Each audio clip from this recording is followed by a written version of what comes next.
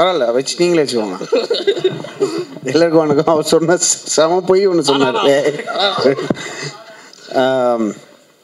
அந்த பொய்யை மட்டும் ஃபர்ஸ்ட் சொல்லிட்டு அப்புறம் நான் உள்ள போகிறேன். Okay sir. தாங்க முடியல. இவர் காலேஜில் இருந்தாராம். இங்கே கால் கேட்டு பாருங்கடா.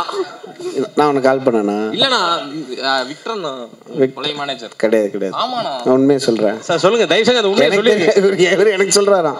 சொல்லுங்க. அவங்க விக்டரி ஸ்டோர் எங்கள் ஏரியாவில் ஒரு பயங்கரமான அந்த கடையில் சாப்பிட்டு தான் நாங்கள் இவ்வளோ பேர் ஒரு மிகப்பெரிய இண்டஸ்ட்ரியில் ஒரு 20 பேர் இருக்கோம். அந்த கடையில் தான் சாப்பிட்றோம். இவங்க பாக்கியா இருக்காங்க, அவங்களோட கடை தான். ஓகே, அங்கே நான் வந்து ஜென்ரலாக ஸ்டூல் போட்டு உட்காந்துட்டு போகிறவங்க வரலாம் கலாய்ப்பேன். ஓகே, அப்போ வந்து இவன் வந்து என்ன ஸ்கூல் ஆப்பர்ச்சுன் தான் இப்போ காலேஜ் ஸ்டார்ட் பண்ணுறேன். அதை ஸ்கிப் பண்ணிட்டேன்ல, அதை மட்டும் தான் சொல்ல போகிறேன். ஸ்கூல் அப்போ நீ காலேஜாடா? காலேஜ் படிக்கும்போது இல்லை, வெறும் கவர் ஒன்று அப்படி சுற்றிட்டே வந்தான். எதுக்குன்னா நெய் வாங்க வந்திருக்கான் கடைக்கு. விக்டரி ஸ்டோரில் நெய் வாங்க வந்துட்டு நெய் வாங்கிட்டு இப்படியே வெளியே போகும்போது இப்போ தான் நான் கூட ஒர்க் பண்ண ரெடியாக இருக்கேன், நான் ரெடியாக இல்லைப்படா அப்படின்னு நினச்சிட்டேன்.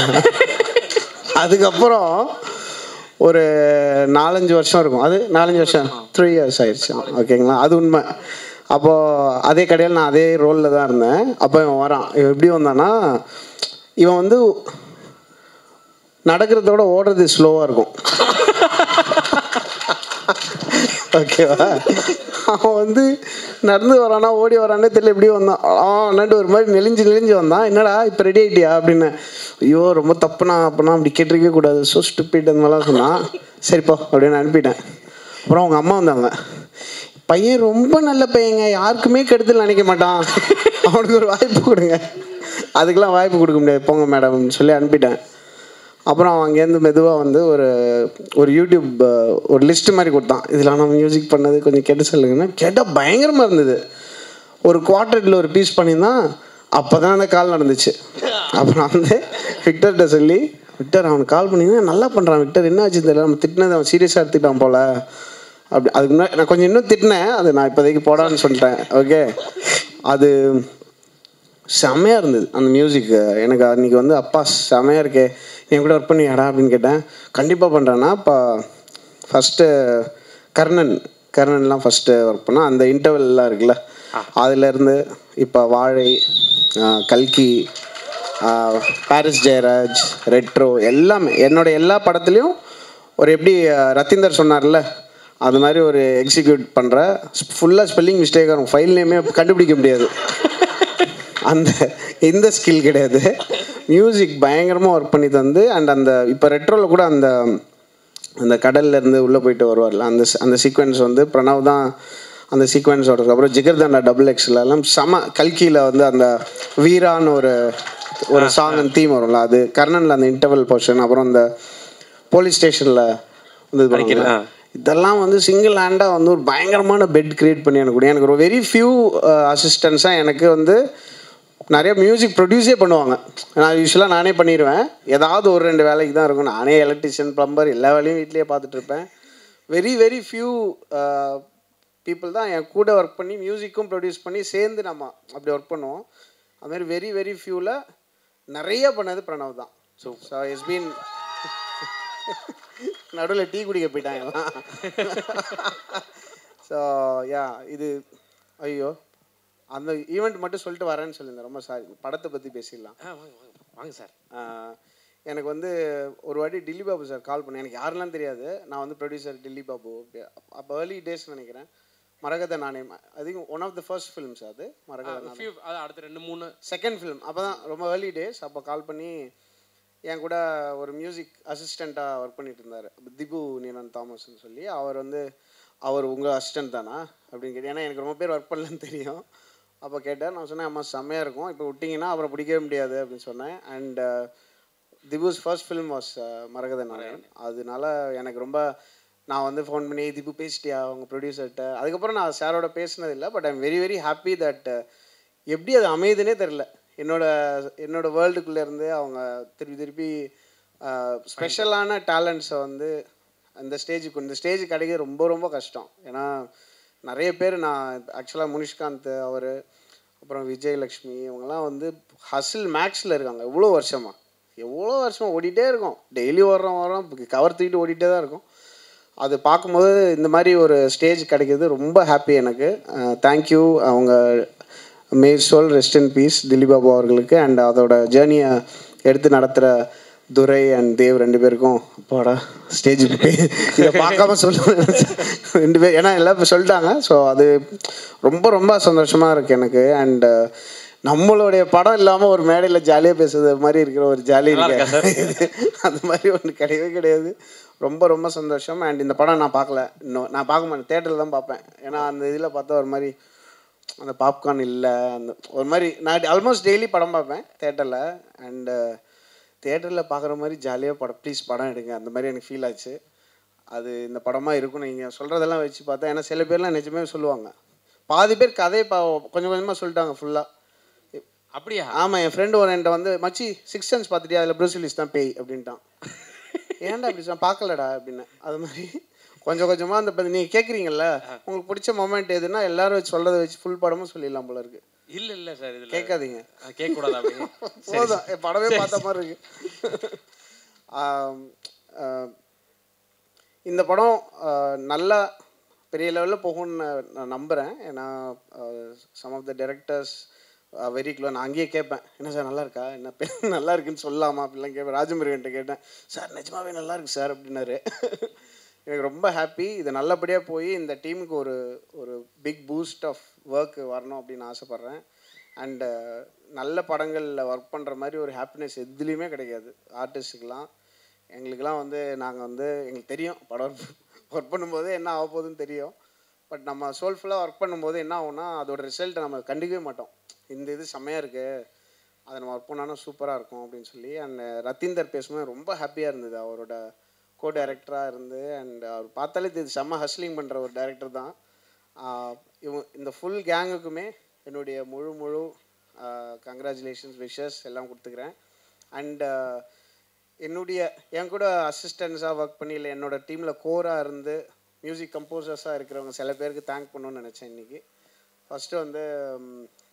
ஃபஸ்ட்டு யாருக்கு வந்தது படம், ஷான் ரால்டனுக்கு வந்தது. அதுலேயும் மும்தாஸ் பட்டி நீங்கள் இன்வால்வ்டு. அது ஃபஸ்ட்டு வந்தது. காதல் சொதப்புவது எப்படி வந்து செகண்ட் வந்து அதுதான் ஃபஸ்ட்டு பண்ணியிருந்தான். ஓகே, ஷானு, அப்புறம் பிரதீப் குமார், அப்புறம் திபு, சுஷின் ஷியாம், அப்புறம் ஜேக்ஸ் பிஜாய், வேறு யாரெல்லாம், அந்தோனி அண்ணன் என்னோட கோர் டீம் கம்போசர் அந்தோனி தாசன், வேறு யாரெல்லாம்ண்ணா நிறைய பேர் இருக்காங்களே, நிறைய. சாரி, நான் ஒரு லிஸ்ட்டே போட்டிருந்தேன், எனக்கு ஃபோன் பார்த்து வராது. ஆதித்யா ரவீந்திரன், விஜய் நாராயண், நிறைய பேர் இருக்காங்க. இவங்க எல்லாருக்குமே என்னுடைய விஷஸ். அண்ட் பிரணவ் ஒழுங்காக பண்ணுறா, செம்மையாக பண்ணு, செம்ம டேலண்ட்டு. அண்ட் சிங்கிள் வேறு. இப்போது என்ன இதுக்கெல்லாம் கத்துறீங்க? நான் வந்து என்னுடைய படம் ரிலீஸ் பண்ணி கல்யாணம் பண்ணேன். நீ அட்லீஸ்ட் லவ்வாவது பண்ணு.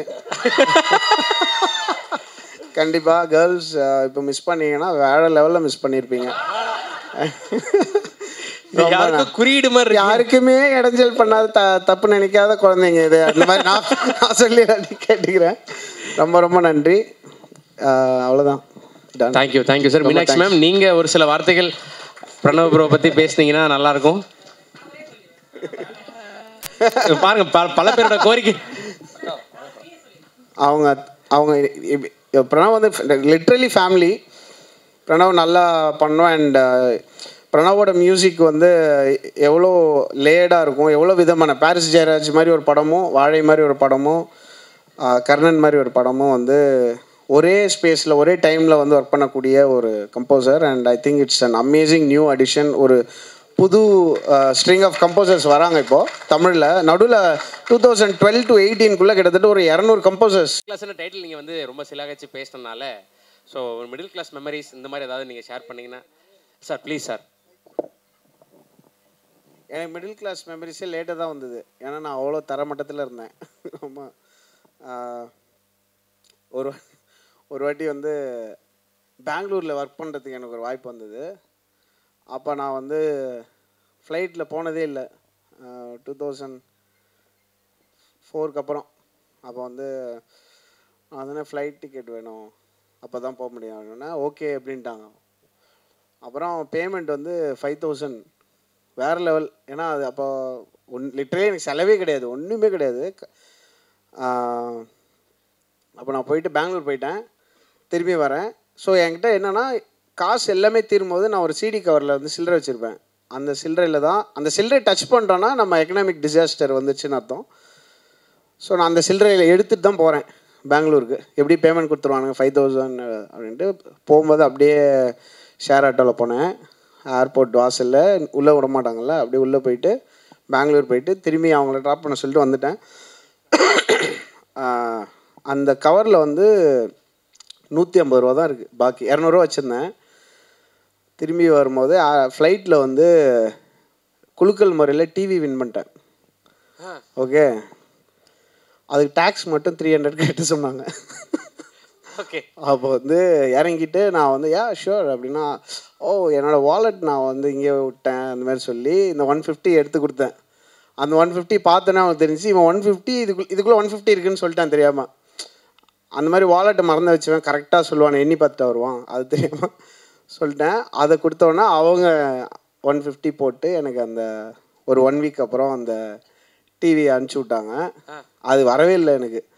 ஏன்னா எனக்கு அந்த கொரியருக்கு பே பண்ணுறதுக்கு முடியல, எனக்கு ஃபோனும் ரீச் ஆகாது, ரீசார்ஜ் இல்லை. அப்படியே ஒரு சைக்கிள் ஆஃப் நத்திங்னஸ் இருக்கும், அது வந்து போயிட்டே தான் இருந்தது. ஆனால் எனக்கு தெரிஞ்சு சென்னைக்கு வந்து எக்கனாமிக்காக நம்ம கஷ்டப்படுறோம்ல, அது வந்து வாண்டடாக பண்ணிக்கிறது தான் நினைக்கிறேன். நம்மளை தானே வரோம், அந்த எஃபர்ட் போடுறோம், அந்த எஃபர்ட் என்றைக்கா ஒரு நாளைக்கு அது ஃப்ரூட்ஃபுல் ஆகும். அதுக்கு வெயிட் பண்ணோம் அப்படின்னா கிடைக்கும். சம்டைம்ஸ் நம்ம ஒரு பாயிண்டில் வந்து ஒரு மாதிரி ஒன்று செட் ஆகும், ஒரு மாதிரி அரைகுறையாக ஒன்று செட் ஆகும். நம்ம ஒரு விஷயத்துக்கு போகும்போது பாதியில் வேறு ஒன்று செட் ஆகும். சில பேர் அதில் போயிடுவாங்க, அப்படியே அதுக்குள்ளே வந்து ஒரு லவ், அதுக்கப்புறம் ஒரு கார் இஎம்ஐ, அது அப்படியே ஒன்று வந்துடும். அந்த செட்டப்புக்குள்ளே மாட்டிப்போம். அதுக்கப்புறமும் பரவாயில்ல, இன்னும் கொஞ்சம் ஹசில் பண்ணி நம்ம பிடிச்சதை செய்வோம். சம்டைம்ஸ் பிடிச்சதை செஞ்சதுக்கு நமக்கு ரிவார்ட்ஸ் இருக்கும். அந்த லைஃப்பில் தான் நான் இப்போ இருக்கேன். ஏன்னா ரொம்ப ரொம்ப கஷ்டப்பட்டது உங்களுக்கு தெரியும், அதெல்லாம் வந்திருப்பீங்க. ராஜமுருகன்லாம் நான் ஒரு ஸ்டூடியோ கட்டும்போது ஸ்டூடியோலேயே மாட்டிக்கிட்டார். ஏன்னா ஏணி கீழே விழுந்துருச்சு, ஏணி போட்டு தான் மேலே போகணும் ஸ்டூடியோவுக்கு. ஏணி கீழே விழுந்துருச்சு, ராஜமுருகனை காணோம். நாங்கள் தேடுறோம், குக்கு படம் ஒர்க் பண்ணும்போது தான், எங்கடா ராஜமுருகன் காணோன்னா ஃபோன்லாம் அவர் இப்போ கூட இன்னும் இந்த ஃபோன் தான் வச்சுருக்காரு, 3310 மாதிரி ஒன்று வச்சுருக்காரு. ஃபோன் ஆஃப் கிஃப். அப்புறம் நாங்கள் போய் ஸ்டூடியோவுக்கு போனால் ஏணி கீழே இருக்குது. சார்னு சவுண்டு கேட்டுச்சு மேலேருந்து. அந்த மாதிரி நான் சொன்னேன், சார் ஞாபகம் இருக்கா சார் ஸ்டூடியோவில் தொலைஞ்சிங்களே, எப்படி மறக்க முடியும் அப்படின்னு சொல்லி. ஸ்டூடியோவில் அவர் மாதிரி இதாகிட்டார், அங்கேயே தூங்கி சவுண்டு கேட்காது இல்லை ஸ்டூடியோவில். அந்த மாதிரிலாம் நடந்திருக்கு. பட் சென்னை வந்து ஒரு எப்படி சொல்கிறது, ஒரு பேங்க் மாதிரி. கொஞ்சம் கொஞ்சமாக இங்கே ஒரு லோன் வாங்கிட்டோன்னா தப்பிச்சிக்கலாம். பிடிச்சதான் பண்ணுறது இதுதான். இதான் என்னுடைய ஒரு ஒன் ஆஃப் த, இது ரொம்ப டீசெண்டான ஸ்டோரி, அதனால அதை சொன்னேன். புரியுது சார். ஏன்னா இப்போ பேசும்போது யாரோ சொன்னாங்க மிடில் கிளாஸ்ன்றது கனவுகளை சுமந்துக்கிட்டு இருக்கக்கூடிய ஒரு கூட்டம் அப்படின்னு. ஸோ உங்களுக்கு அந்த கனவுன்றது, இப்போ நீங்கள் ஒரு பெரிய ஸ்டேஜ் இருக்கீங்க, இந்திய சினிமாவில் ரொம்ப முக்கியமான ஒரு மியூசிக் கம்போசராக இருக்கீங்க. ஸோ நீங்கள் உங்களோட ஃப்ளாஷ்பேக் டேஸில் உங்களுக்கு அந்த கனவுன்றது இருக்கும்ல, மிடில் கிளாஸ்ன்ற. என்னோட கனவு எப்பயுமே என்ன இருக்குன்னா, என்னோட பெஸ்ட் எக்ஸ்பீரியன்ஸ் எல்லாருக்குமே கிடைக்கணும்னு ஆசைப்பட்றேன். ஸோ நம்ம இப்போ எனக்கு ஒரு ஹசில் இருந்தது, அந்த ஹசிலுக்கு எனக்கு ஒரு செம்ம எக்ஸ்பீரியன்ஸ், செம்ம பிளெஸ்ஸிங் கிடச்சிருக்கு. அண்ட் இது எல்லாருக்கும் கிடைக்கணும் அப்படின்னா நம்ம வந்து ஒரு கரப்ஷன் ஃப்ரீ பொலிட்டிக்கலாக இருக்கிறவங்க வந்து நிஜமாகவே எல்லாம் நல்லா இருக்கணும், நிஜமாகவே நல்லா இருக்குன்னு நினைக்கிறது எவ்வளோ ஈஸி யோசிச்சு பாருங்கள்.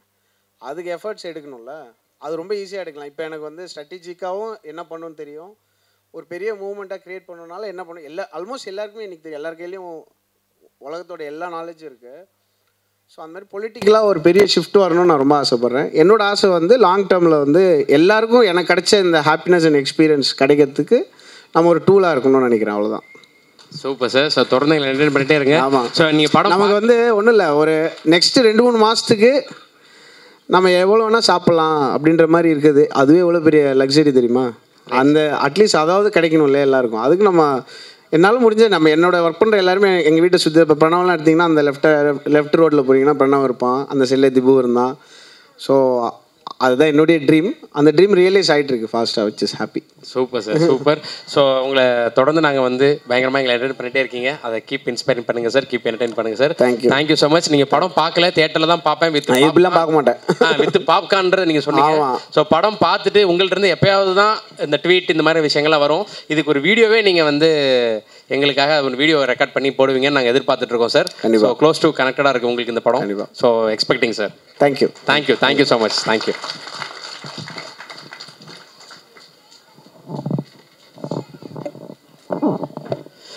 ஸோ இப்போ ஈவெண்ட் ஆரம்பிச்சதுலேருந்து பேசின எல்லாருமே வந்து தேவ் ப்ரோவும் துரையனனும் பற்றி சொல்லும்போது பெரிய ரெஸ்பான்சிபிலிட்டின்னு சொன்னாங்க. வந்துட்டே இருந்தாங்க. அதுக்கப்புறம் ரொம்ப நாளாக வந்து ஒரு புது சவுண்ட் ஒரு புது கம்போசர் வந்து இல்லாமல் இருக்கேன்னு நம்ம ஃபீல் பண்ணிட்டு இருந்தோம். இப்போ there's a new wave of amazing new composers coming. அதில் Pranav will be one of the best இந்த லாங் டேர்ம் நான் நம்புகிறேன். அது நடந்தால் ரொம்ப சந்தோஷமாக இருக்கும். Thank you sir. Thank you so much. நீங்கள் ஃபங்க்ஷனுக்கு வந்து அவரை பற்றி பேசுனது. நடிக்க போகிறீங்களாமே? நடிக்கிறீங்களா? நடிச்சிட்டிங்களா சார்? கொஞ்சம் என்ன சார் திடீர்னு இது என் பக்கம் வண்டி திரும்புது? இல்லை பயங்கரம் சூப்பர்யா. எப்போ நடிச்சிங்க சார்? இப்போ தான் சார், போன வருஷம். வாவ் சார் நம்ம தனி பேசிக்கலாம். டூரிஸ்ட் ஃபேமிலியில? ஆமாம் ஆமாம் சார். ஆமாம் சார். ஆமாம் தெரியவே இல்லையா? நான் தான் சார். அது அந்த ஆமாம் படம் செம்மையாக இருக்கும்போது நம்ம கேரக்டர்ஸ் யாருன்னே தெரியாமல் இருக்கும்ல. Super great. Sorry sir. No problem sir. பெரிய வார்த்தை sir. Thank you sir. Thank you so much. So நீங்கள் வந்து அவரை வாழ்த்தது மட்டும் இல்லாமல் என்னையும் வாழ்த்துறது ரொம்ப ரொம்ப நன்றி.